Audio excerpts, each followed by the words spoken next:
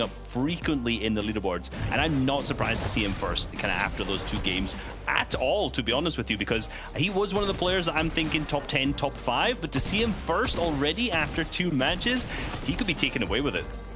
Yeah, this is really Vino's time to shine, really. Obviously, wasn't able to play in the FNCS finals, missed out there, but now getting a chance to maybe, make up for some of the earnings he missed. Once again, you can see Thomas doing what Thomas does best, picking up some fancy highlights. I think, he did get himself into a bit of trouble there with Mats, and that does often happen, right? You do see a lot of these players who maybe don't have, the best rotation or the best loot paths and, material paths available to them, not able to survive for long periods of time. You get into these sticky situations where you run low on mats and it's all over. You can see Benji there in a similar position, even after his pop-off, right? Still running low on mats and then eventually being taken out.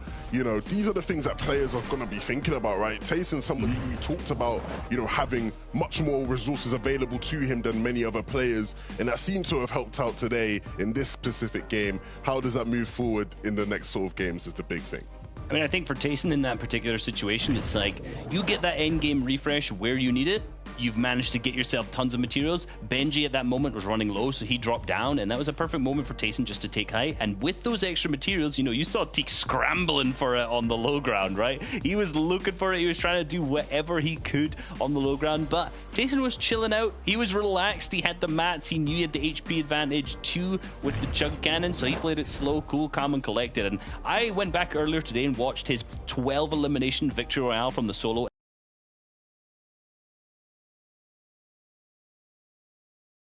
FNCS, the big game that kind of away. You can just hear him, not even an excitement on one of the most incredible games I've seen in FNCS history, to be honest with you. Nothing. So I'm trying to wonder, after that victory royale, what was his reaction? Well, look, the big thing for me, right, in sort of the final moments of that game is just going to be sort of looking at, height, right? He obviously wins that game from above, and just before that, we saw Benji actually take height for a moment. These final stages, who's the last person to take height? You don't want to take it too early. First move, and if you take it, pretty useless at that.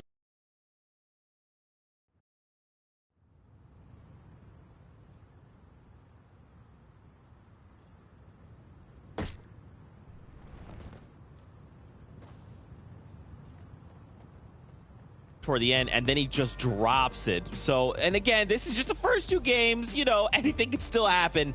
But with all that being said, we're going back into the action. Shy Wager, Sancho S, back over to you, boys. Action's too hot. There's just too much action right now, and it's all with these players who are the rising up and comers, those legends, the veterans. They're having trouble right now in the first 2 games, Sancho.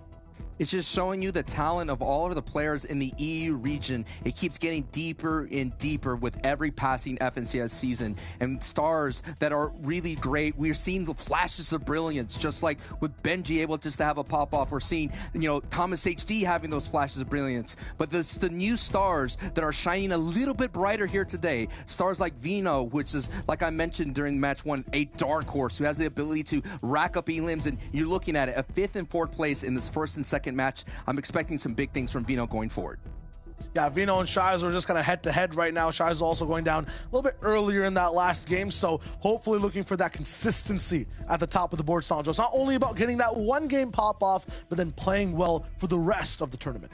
If you're looking at all the past match histories of the solos of people winning, you see a lot of just early eliminations, getting out early, but then you see those pop-off games, and that is what we're looking for. Who's going to have the next pop-off game? Who is going to be able to shine bright on the biggest stage here on Fortnite in the main channel everywhere? Thank you so much for joining us, and Party Royale. Throw a tomato at Shy's face next time. Yeah, my face is very tomatoable, but what's not a joke right now is the off-spawn fights we're watching in these games. Game number 3, the best one to watch for you and me, except for that final one that comes in on the day. This is where we see most of the changes. This is where we see desperate people actually making their move, their chance. Snazy all the way in caddy corner. He's already starting off with a fight. Actually, the first shot that's been ringed through the entire Fortnite Battle Royale island. Looks like Zyku has a few shields to pop. He's gonna break that floor. No match for him to hold. Genius here from Snazy. He's almost out of ammunition though. He has to make sure these final shots, they hit their target. He has to close this out quickly because who knows what Zeko has in his inventory. He's going to go on in. Ooh, that's not a sound you want to hear if you're Snazy. That is the sound of an SMG, and that's going to send him packing and out of this engagement here. But match 3, it's about the halfway point. You're right, Shayo. People make those changes. You see Vino picking up Asterios quickly in the feed. So Vino not changing the formula, sticking to it, and actually he's adding a little bit more gas to it.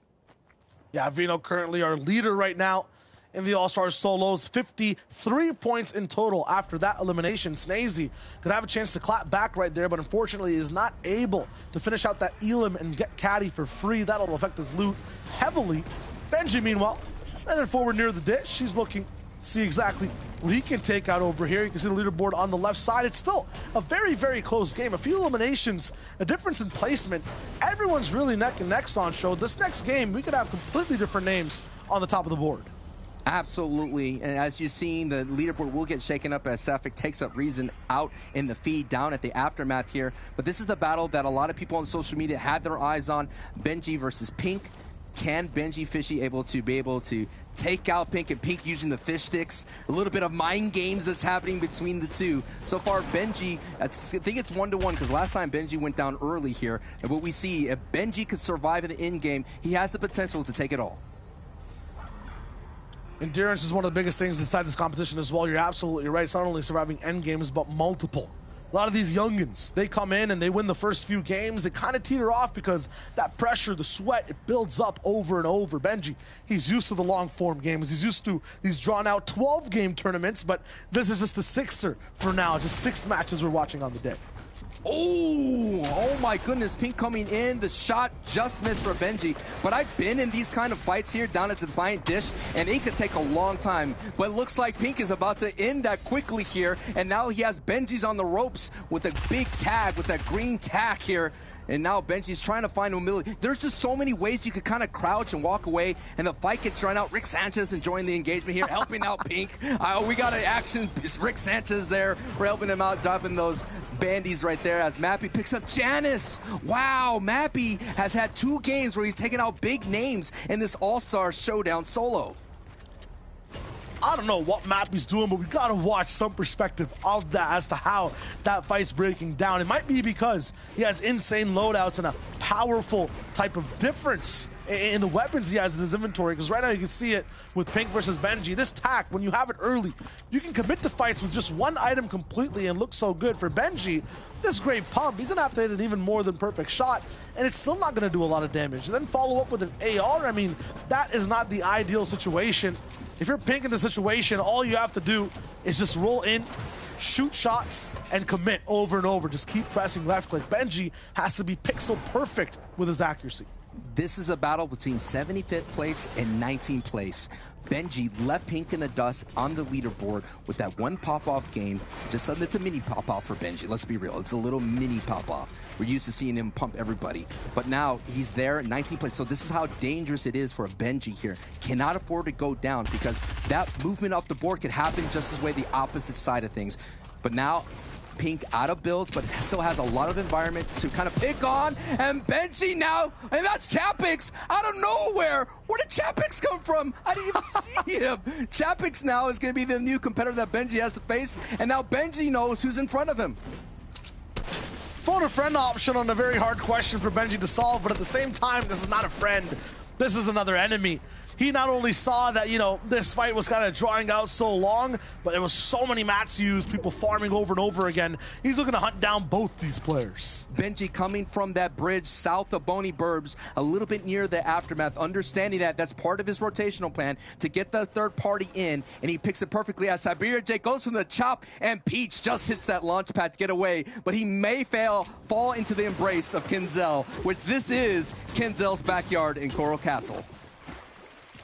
Saw how lethal Peach is though, right, Sancho? Last game, if you give this guy just a window of opportunity, an inch to operate with an AR, he ends up doing 120 damage in like a matter of 2 seconds. This guy's aim is just immaculate. Knifer though, going down. One of the last survivors from game number 2. I think he became and was close to the top 5.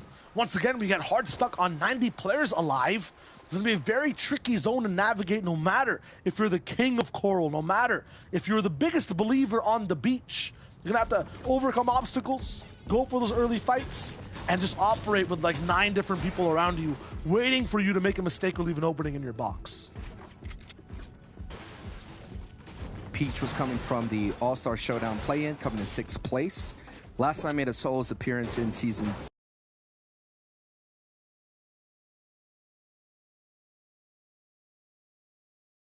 You know what that stop sign's called? It's Noah Riley, all right? She's been hitting this stop sign constantly. And someone that who had the momentum, and I thought this was someone who you have to keep an eye out for, a very elite player from the French country. And it's just, this is what happens, man. Sometimes there's always one player out of the 4 that are dropping here who's going to be like, yeah, it just wasn't your day today. I mean, these guys are essentially, you know, it's 4 people trying to share a 1-bed hotel room. It just doesn't work. Someone's going to end up on the couch or on the floor. It's never Noah Riley, though, for some reason. This man is just clapping over and over again. This time it's Nate that goes down. Man, I'm always a guy on that floor, man. I'm like, all right, man, I'll take it. I'll take the floor, man. I'll take the floor. Noah Riley right now chilling in that king-size bed. He got it all right now. He's sitting comfy, but it's not the question of Noah Riley's a fighter. It's about what is the cost of this engagements here, his rotations. Let's take a look at the replay there as he's catching Nate on the disengagement. Oh, my God. CR and Dude, I thought Harpoons revolted right there. This guy insta-fished the flopper. Like, that was insane. Boxed him up, made him look like he's never touched the keyboard before. I mean, Noah Riley's fast. Boxed it and shipped it for 2 elim points. What a cash in right there as we're seeing Tayson, our game 2 winner with 38 points. And that's going to be enough to going into this match, put him into 3rd place. Another one of those big names that went down early here. Now Trulix and Stompy here in an engagement. Box to box, 1 grid separating them. Stompy using the power of his pickaxe to hack his way through. Trulix, the defending FNCS Trio champion, responds. Stompy going to go for a layer switch to get up a little bit higher here. No other eyes in this engagement here, and Trulix is still being a little bit of a nuisance. Brings him down a couple layers back to his layer. And this is what this is the kind of thing that you gotta be careful here. You kind of let it draw out too much. Now this is silly. Look at the zone. What a man's doing. I know, you gotta go. Rotate up. It's time to go. It's time to go. Take shots at each other as you guys are moving towards that safe zone right now. This fight, I mean, I guess Trulix might have a few medkits here or there. That's true. You know what I mean? That's true. Hey, man, a gentleman's agreement. I'm going to disengage. We can keep shooting each other, but we all know it's not even that. It's that you can still get aggressive and then not grief your entire game, though, right? Like, right now, it's going to be very tricky for Stompy. Maybe Trulix actually has those white heels and he's feeling confident. It's not even about the disengagement entirely. It's about choosing where you want to have your fights. The good grief vibes for Vorciar continue as he gets taken out by Red Rush, still with 0 points in this competition. Oh, no, now Stompy. I mean, this is what I'm talking about. Jules is gone. He's like, yeah, I was watching, I was waiting. I guess you guys are going to do some weird stuff here in the zone. Y'all can do what you want. And now Trulix and Stompy, they're just calling it a complete impasse. I mean, Stompy has so many mats, too. I'm not sure why he is allowing this. He can easily disengage and keep making boxes, base up, and then shoot. He can do exactly what he's doing now and not take zone damage, but it's personal, it looks like, for these guys. Yes. Stompy on a timer, on a clock. He's going to have to go straight over to Trulix. Trulix kind of baiting him. He might be the one to actually force this fight, move to zone early, maybe take that car at the bottom, and trick Stompy into the storm. I'm sure that's trying to think about what the entire plan is here. Maybe force out a launch pad. That could be it. Stompy, though, no white heel, Sancho. He's not to find a campfire maybe in Weeping. There's a lot to use, but he's going straight to Jules. Now Stompy is on the disengage. Trulix seeing the pad being used, decides to chase after here. Jules may have